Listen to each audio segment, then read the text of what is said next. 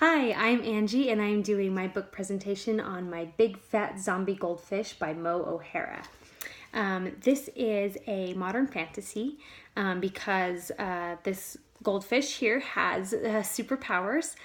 He can zombify people, and he can do some other amazing tricks that I won't tell you about because they're kind of a surprise. But the main character is actually, this is Frankie's owner named Tom.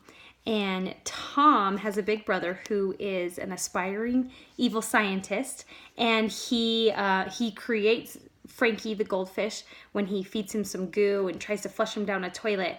And Tom saves Frankie, and Frankie and Tom become best friends ever since then.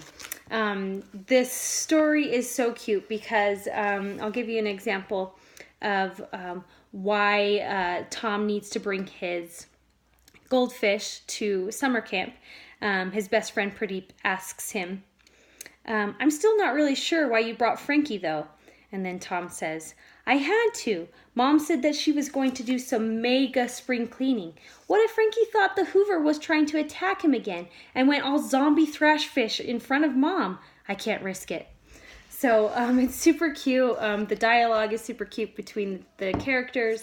And then Tom also has a hard time, as a young child would, with understanding figures of speech. So whenever there's like a figure of speech, like this one is spring in my step.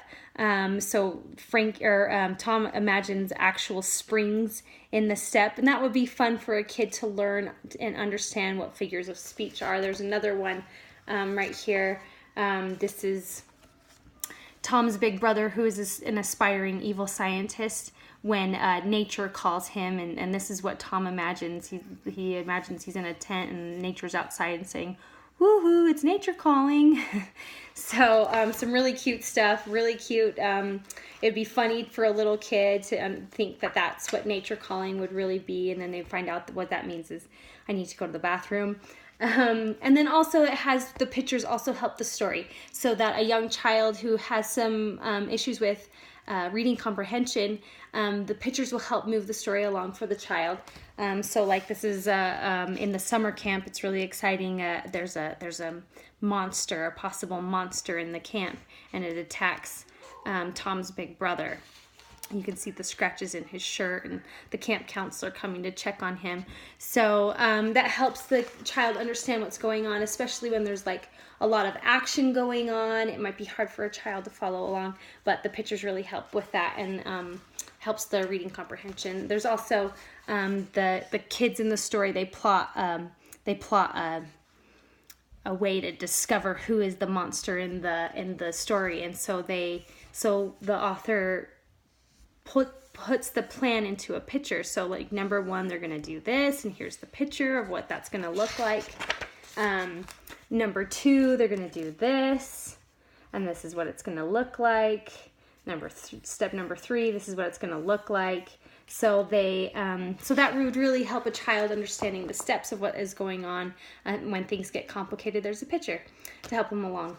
I love this book. I love reading it to my kids. Actually, I love when they read it to me. That's when I really love this book.